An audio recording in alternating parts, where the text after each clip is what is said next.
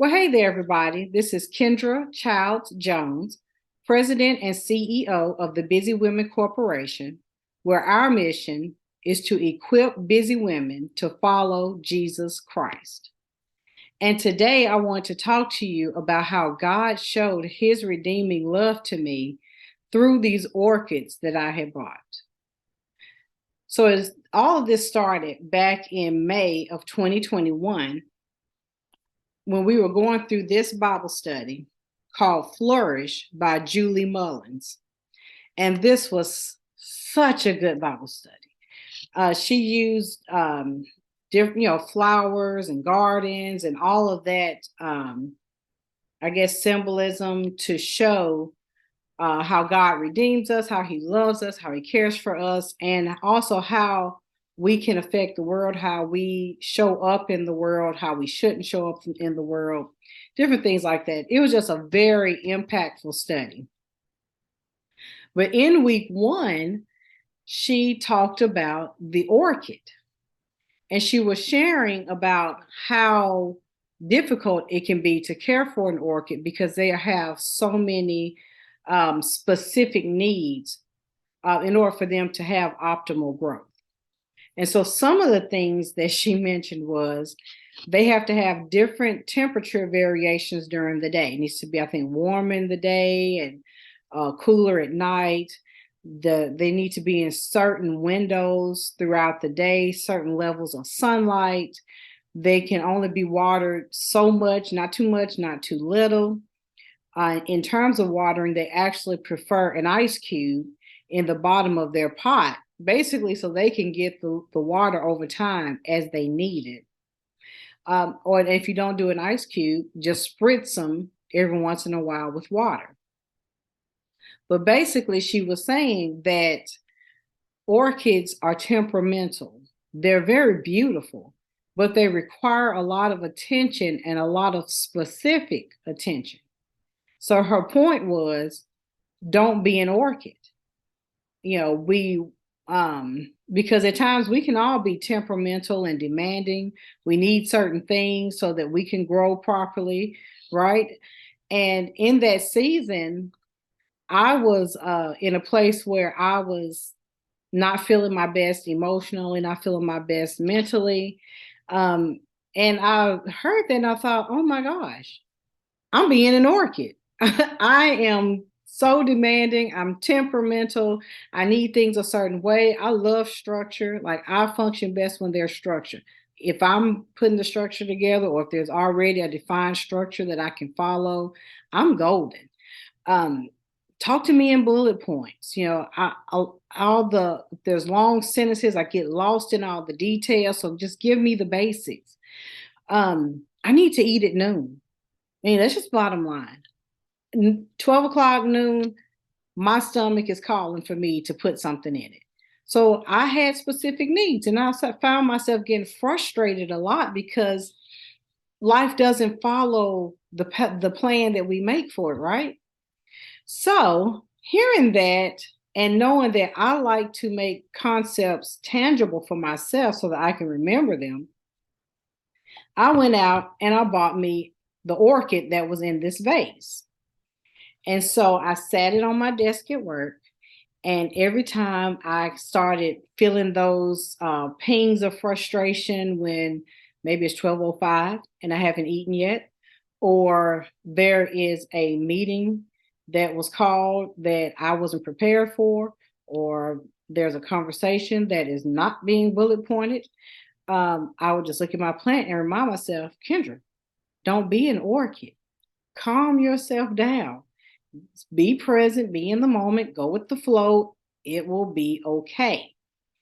So I tried that for a long time, for a little while. And eventually my plant died. Well, I thought it died.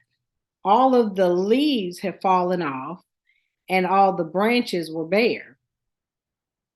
So I thought, well, Lord have mercy. I couldn't take care of this temperamental plant and I threw it away. That's why this is empty. And so I didn't really even put together the fact that I threw this plan away about the same time that I had fallen so deep into a depressive state myself that I had all but given up on myself. I I was talking to my therapist and I told him I feel unlovable, I feel unloved, I feel like I'm incapable of being nice. I don't know why I'm so mean. I don't know how to fix that. And I could only see the negatives in myself. And so this empty vase sat on my desk at home for a while. And eventually I put it away. So then let's fast forward to October, I believe it was October of 2022. And I had been talking with my therapist, talking with a coach, and just working my way out of this depressive state that I was in, where that I thought I couldn't get out of, but I finally started working my way out of it and decided that it's time to start building some relationships, because during that time that I was empty. I had cut off relationships with people. I had stopped doing a lot of the things I enjoyed, and just really, basically, I just laid around and whined a lot. It was rough, but God loved me through it. Counseling and all that stuff got me through it. And we're in October of 2022, and I go to this meeting, and they had name tags there. And on my name tag, it was this. Let me see if you can see that. Orchid Kendra. So I'm like, who's trying to be funny? Who is trying to poke fun at the fact that I'm trying not to be an orchid and then just gonna bring that up in my face? So I was a little annoyed at first, but I'm easily annoyed, so that's nothing new. But so I'm sitting there and I'm listening, and the orchid is talked about in a different light. And so I looked up orchid, and this is the meaning behind orchids. It says, while orchids mean thoughtfulness, refinement, fertility, beauty, charm, and love, they're the perfect bloom to celebrate all of life's precious moments. I mean, isn't that amazing? Like, that's a whole different look at orchids. And so, excuse me, I thought, okay, God, I see you redeeming orchids and me in the process. But so that day after that meeting, let me just stay on track because I was ready to go off track. I bought this orchid. You see, it's much smaller than this. And I didn't think about it until I was preparing to do this video, that I bought this orchid after I had been praying the prayer to God that I decrease so that He could increase. And then I looked at this and I'm like, well, and this one is much smaller. So I bought this orchid, and it had beautiful blooms on it when I bought it. But then the blooms fell off. So here's the difference this time. When the blooms fell off this one, I didn't know how to care for this orchid. So when they fell off, I thought the orchid was dead. I thought it was useless. So I threw it away. But as I got to learn more about orchids and how to care for them and their true beauty, I realized that when the blooms fell off this one, it didn't mean it was dead. It meant that it was in a state of rest. It was in a dormant state. So it still needs to be cared for, but all these blooms will grow back. So it doesn't mean it needs to be thrown away. And so I don't know if you can see this, but there are little leaves sprouting here. None of these were here at first. There were 4 blooms, then they died off, and then it was basically a green stick. So I kept watering it. I kept caring for it. I kept making sure that it was in a low lit area. And now there are blooms starting to grow. So fast forward again to February 4th. Yes, February 4th. And February 4th was like the culmination of this whole process. And so part of the process for me was remembering who I was and not remembering who I was in that depressive state, but remembering the woman that God created. You see, I've spent a lot of time trying to fit different images that different people have of me. And that's one thing my therapist pointed out to me. He said, you're constantly changing who you are to fit a different person's needs, which, we've all heard of things like code switching, things like that, because you do, there are different parts of you that you bring out in different social interactions, right? Like I can't be the same way with my kids as I would be with my pastor or my husband, so you do function different ways in different social situations, but the core of who you are should always be the same. But I had done this for so long. My husband used to brag that I'm a chameleon. He loved that because I could be whatever in any situation, but that comes at a price. And it came to a point where I didn't even know how I naturally function. I didn't even know what my actual needs and wants are, because I was so focused on who needed me, what they needed of me at any moment. So part of this process of these past few months has really been just me accepting permission to be the woman God created me to be. So at one point we were practicing lines and things, and I'm trying to be, calm, quiet, and just demure and graceful, because that's the part that I feel like I'm supposed to play in my head.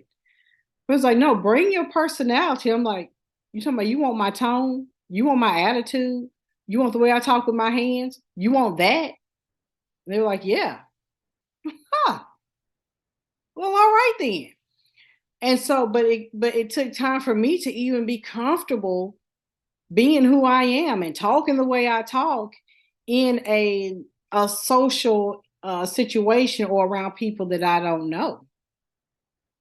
But the more that I came out of that and became the person that God created me to be, tone and all, attitude and all, and not to the point of being disrespectful, but just being honest and authentic, the closer I got to the ladies that went through the process with me, the easier it was for me to build real relationships with those ladies. And so to celebrate that, the culmination of that, and to celebrate, just making it through that whole process, I actually went to buy some orchid food so that I can replant this one, because y'all gonna think I'm so crazy. But when I bought this, I thought this thing was a stick. I thought it was just a little stick sticking in there. And so I didn't think anything about it. And then one day I realized that stick was growing. I thought, oh Lord, I think that's a root. So I went to finally buy some plant food so that I can take this little one and replant it in this one. Okay. God is so good. So check this out. So what I feel like, what I got from this is I'm still me, right? But God is renewing the woman inside me, right? So that I can grow. And as I grow, I grew out of this. I did decrease so that he could increase. And now he is elevating me to new territories. So I need bigger space to grow and to flourish. Huh? Look what I did there. Anyway, so to celebrate, I bought myself this orchid. Ain't she pretty? And this orchid, she did come with, I think she came with some instructions. Yeah, she came with some on the back. But her tag says, take this off so you can see it. Her tag says, if I can get this off, I'm regally majestic. You see that? You see that? I'm regally majestic. Didn't say she's difficult. Now, it did come with instructions because everybody wants to be handled a certain way, right? We all have things that we need for optimal growth. The question is, do you believe that you're worthy of the things that are needed to help you grow properly? And I've come to a place where I do believe that I am. But I just thought it was so funny that I had these orchids and they represented these three phases that I've gone through over these past 2 years, right? It went from emptiness to decreasing myself so that God could increase me. I'm just making this up as I go, but it's so good. But it's true. It's true. God loves us so much that he will redeem us. He will remind us of the people, the women, because I'm this busy women. I'm talking to women, but men, get what you need. But he is redeeming us as women to the woman that he created us to be. Over the weekend, I did a masterclass on opposing identity inertia. I wasn't even going to talk about that, but here it is. I did a masterclass on opposing identity inertia. And one of the ladies in the meeting mentioned how, a lot of times things that have been said to us as a negative can actually be seen as a positive by somebody else. For instance, we were talking about how, like, people say, oh, your nose is so big and your lips are so big, and the person initially said it as a negative, like your nose is too big, your lips are too big, your skin is too dark. But then you'll meet somebody else who says, oh, your nose is beautiful. Oh, you have luscious lips. Oh, your skin is so smooth and dark, just different things. I shared, this is a funny story. So I shared how when I was younger, my one of my aunts was talking about how country I sound. And she said it all the time. Oh, you sound so country. You're very smart, but when you open your mouth, you sound so stupid. And you talk more country than the country people, stuff like that. And at one point, I was whining about something, and my grandma said, you always talk so sing-songy, just whiny, sing-songy. Why do you talk like that? And so I had done a Toastmaster speech on that, about how that affected me and how that caused me to avoid public speaking, because who wants to sound stupid in country when they're talking? Who wants to sound whiny and sing-songy when they're talking? So I would avoid public speaking.